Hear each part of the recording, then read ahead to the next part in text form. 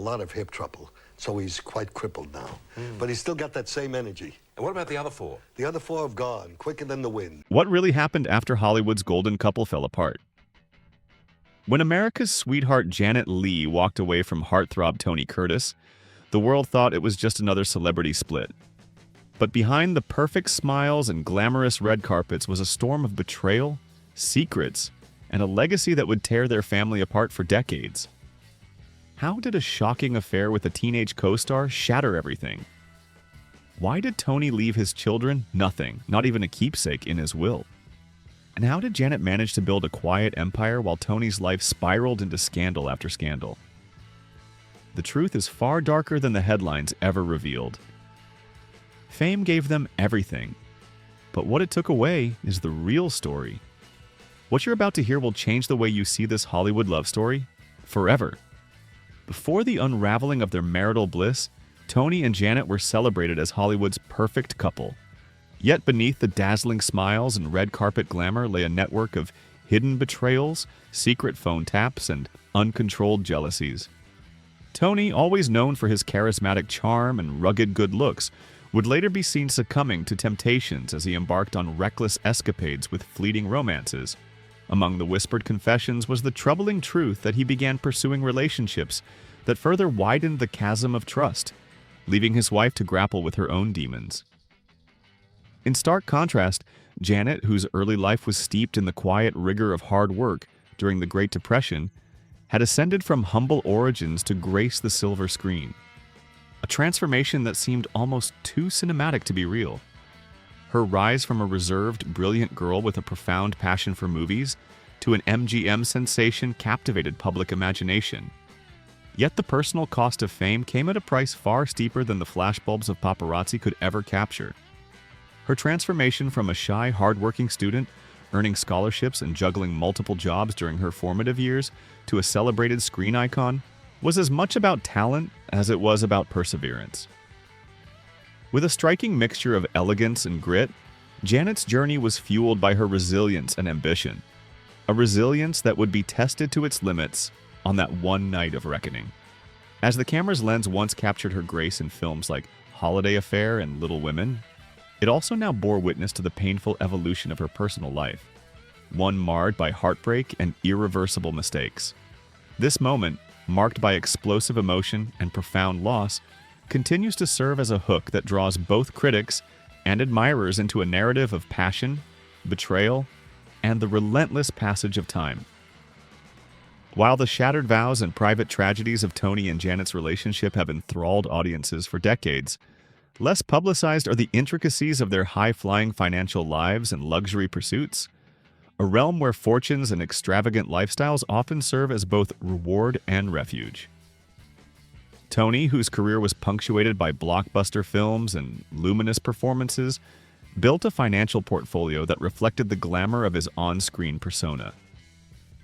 Over the years, he acquired a collection of striking luxury automobiles that ranged from vintage convertibles to sleek modern sports cars, each reflecting an era of Hollywood excess. Complementing his car collection was a taste for exquisite timepieces, with high-end Swiss watches that served as both symbols of status and functional investments. His expansive portfolio included not only real estate, the lavish estates in Los Angeles and vacation homes in exclusive enclaves, but also a private jet that exemplified his unyielding desire for freedom and mobility in a world where time was as precious as his legacy. Yet alongside these glittering symbols of success, Tony's business ventures and collaborations with leading production houses underscored his sharp acumen for blending art with commerce, even as he navigated the tumultuous personal waters that threatened to capsize his public image.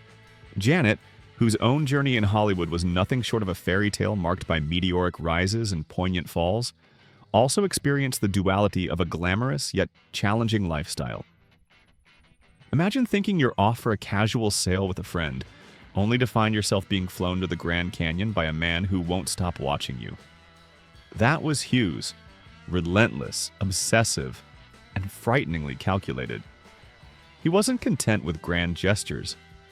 He wiretapped her phone, hired private investigators, and stalked her movements, even mistaking Arthur Loeb Jr.'s sister as a secret lover. It sounds like a movie script, but it was Janet's terrifying reality. The pressure from Hughes dragged out the film's production for nearly a decade, with endless reshoots. By the time Jet Pilot finally hit theaters in 1957, the damage to Janet's peace of mind had already been done. And when Hughes tried, interfering with her next project, she snapped. The moment she threw a phone at him wasn't just about anger, it was a cry for freedom. Hughes was so shaken that when Janet's father showed up, the billionaire literally hid behind his desk. Meanwhile, Tony Curtis's backstory was its own kind of heartbreak. Born Bernard Schwartz in the Bronx, his childhood was anything but glamorous. His family was so poor they had to run from landlords in the dead of night. At just 10, he was sent to an orphanage with his brother because there simply wasn't enough food at home. Then came the unimaginable. His little brother Julius was hit by a truck and didn't survive. That pain followed him for the rest of his life. His mother's struggle with schizophrenia, her violent outbursts, and a neighborhood that didn't make room for kindness, all of it shaped the scrappy survivor Tony would become. But Tony didn't let that pain define him. He turned it into grit. After serving in the Navy and witnessing Japan's surrender in World War II, he returned to New York determined to be someone. He trained under giants like Walter Matthau and Harry Belafonte. Still rough around the edges, he caught the eye of a talent agent who saw something undeniable. Hollywood didn't like his real name, though. Bernard Schwartz didn't sell tickets, so they tried Jimmy Curtis, Anthony Curtis, and finally settled on Tony Curtis. It sounded polished, elegant, but for Tony, it marked the beginning of an identity scrub that never quite sat right with him. By the time Tony and Janet met in 1950, he was still climbing and she was already basking in fame. The chemistry between them? Immediate, explosive. Debbie Reynolds said it was like watching fireworks in daylight. Universal International Tony's studio was terrified. They offered him $30,000 to marry someone else, Piper Laurie, for the sake of publicity. He turned it down flat. He didn't want a fake love story. He wanted Janet. And in a bold, defiant move, they eloped. Jerry Lewis, ever the showman, was their witness. What followed was one of Hollywood's most passionate, turbulent love stories. Tony was completely obsessed with her, jealous, possessive, and paranoid. Once he called her pretending to be Cary Grant to see if she'd say yes to a date with someone more famous. She didn't. But that didn't calm Tony. He would wait outside her home while she went on dates with other men before they got together. It wasn't just insecurity. It was the fear of losing the one person who made all the struggle worth it. The threat of Howard Hughes loomed large over their early years. Tony feared him, not just professionally, but physically. He later admitted in his memoir that he believed Hughes was powerful enough to have him erased. Still, the couple held on, and instead of destroying their careers, their marriage elevated them. They became the couple to beat in Hollywood. Long before Burton and Taylor stole the spotlight with Scandal, Tony and Janet did it with sheer charisma. As their fame skyrocketed, so did their financial fortunes. Tony Curtis's net worth, which started from virtually nothing, climbed to an estimated $60 million by the time of his passing. Janet Leigh, equally iconic, left behind a fortune of $20 million, thanks to smart investments and enduring royalties. Tony invested heavily in real estate, owning luxurious properties in Los Angeles, Palm Springs, and Las Vegas. One of his prized homes, a sprawling Spanish-style estate in Beverly Hills, was worth over $5 million alone. Janet, too, owned multiple homes, including a charming ranch in California's wine country and a lavish estate in Holmby Hills.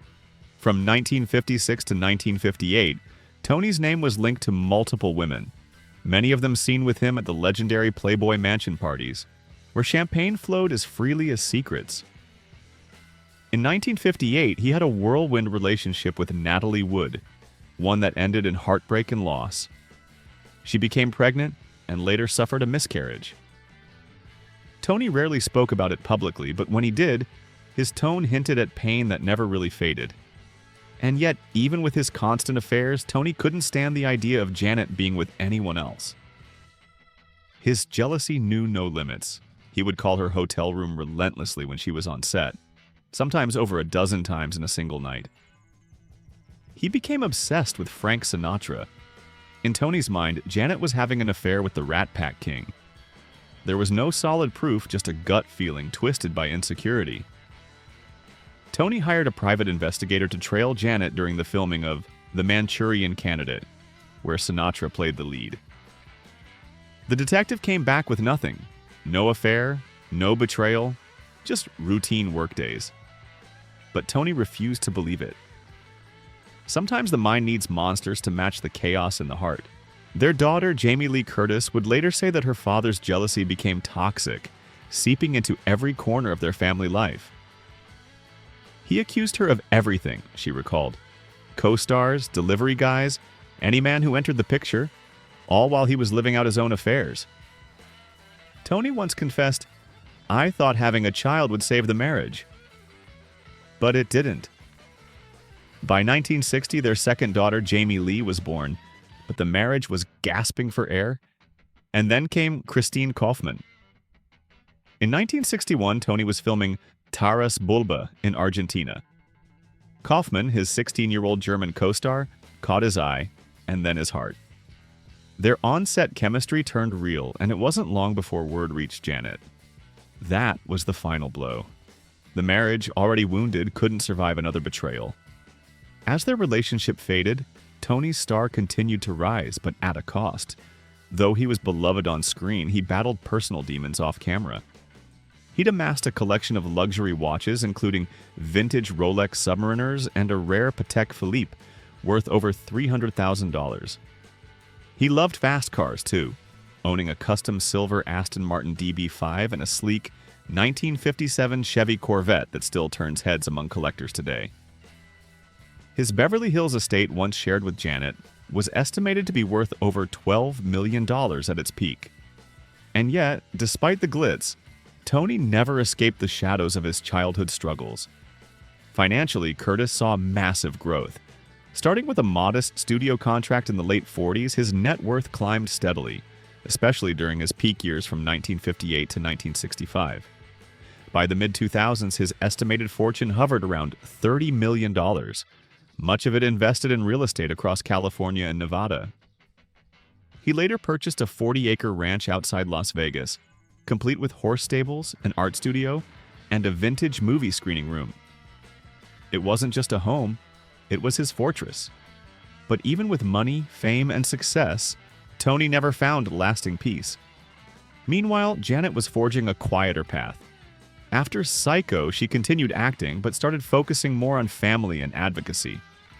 Her real estate holdings included a beautiful home in the Hollywood Hills, valued at over $4 million, filled with memorabilia from her legendary career. While she didn't match Tony's flash with watches or cars, her taste was elegant. Classic Mercedes-Benz convertibles and Cartier watches that echoed her timeless style. Despite all the pain, their legacy remained intertwined. They had risen together, fallen apart, and shaped an era. Even decades after their divorce, their names were still spoken in the same breath. Their love story wasn't perfect. It was flawed, fiery, and full of contradictions. But it was real, and the echoes of their past still whisper through old film reels and dusty Hollywood archives. Here's the twist no one saw coming. In his later years, Tony admitted that he never truly stopped loving Janet. Even after marrying 6 different women, he said Janet was the one who haunted him. Maybe that's the real tragedy. Not that they fell apart, but that they never got the chance to fix what broke. And that's the part that lingers. Because sometimes, the most unforgettable stories aren't the ones that end in fairy tales. They're the ones that don't end the way they were supposed to. She was the queen of quiet resilience. He was the king of chaos. After the lights dimmed on Janet Leigh and Tony Curtis's golden marriage, their paths couldn't have looked more different. And the legacy they left behind is just as divided. While Janet embraced privacy and peace, Tony clung to fame like a lifeline, even when it turned its back on him. But the story didn't end with the divorce. It only got messier, deeper, and more revealing. Tony's whirlwind romance with 17-year-old Christine Kaufman, his co-star in Taras Bulba, wasn't just tabloid fodder. It was a decision that set fire to what was left of his reputation. Janet, still legally his wife at the time, was blindsided. And when she showed up to set unannounced and saw their chemistry with her own eyes, the betrayal hit her so hard she became physically ill. That moment would ripple through decades of relationships, through headlines, and into the hearts of their children. Tony moved fast. As soon as Christine turned 18, they moved in together openly in Los Angeles. His marriage to Janet ended in September 1962, and by the very next day, Janet quietly married Robert Brandt, a stockbroker who wanted nothing to do with the Hollywood circus. That move stunned everyone, but Janet wasn't chasing drama, she was chasing safety. Her second marriage lasted until her death in 2004, over 40 years of low-profile love, something Tony never got to experience again. While Janet found peace in domestic simplicity, Tony spiraled. He married Christine, then Leslie Allen, then Andrea Savio, then Lisa Deutsch, and finally Jill Vandenberg, 45 years his junior. That last union earned headlines more for the age gap than any real romance. Tony joked about it, saying he wouldn't be caught dead marrying someone his own age. But behind the humor was a man trying to outrun his past. His personal life was a carousel of highs and heartbreaks.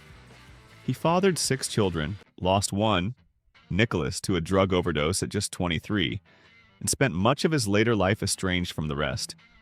And while his early career saw him as one of Hollywood's golden boys, slick, charismatic, and box office gold, by the 1970s, he was relegated to supporting roles and guest spots.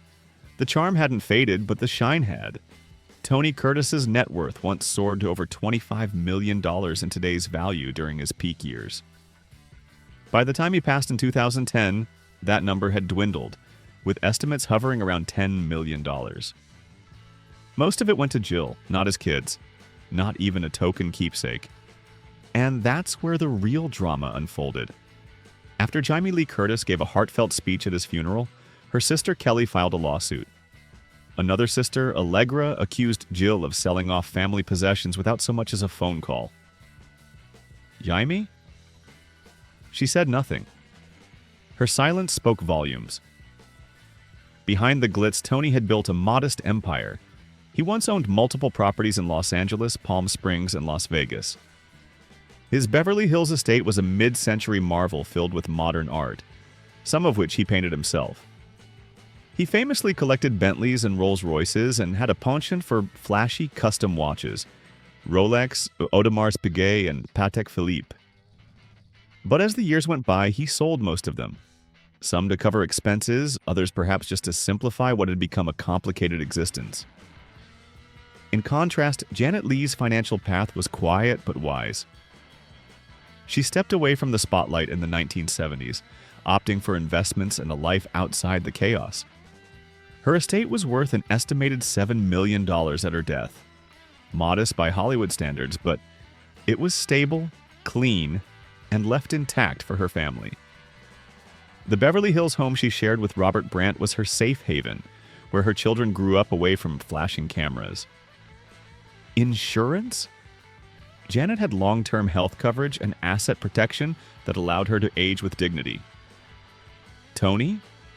He had coverage too, but more focused on asset protection than legacy planning, which became all too clear in the aftermath of his passing. One key financial lesson from Tony's story? Wealth can vanish as quickly as fame if there's no plan, no unity, no peace. Janet Leigh Curtis emerged as the emotional backbone of this fractured family. Raised amid scandal and estrangement, she turned pain into purpose. That Oscar win in 2023 for Everything Everywhere All at Once wasn't just a career milestone, it was a symbol. She wasn't her father's daughter or her mother's shadow. She was her own creation. And her financial empire? Substantial. Jaime is now worth an estimated $60 million, thanks to a smart blend of real estate, endorsements, and legacy roles in horror and drama. Her homes in Los Angeles and Santa Monica reflect tasteful luxury, not showy excess.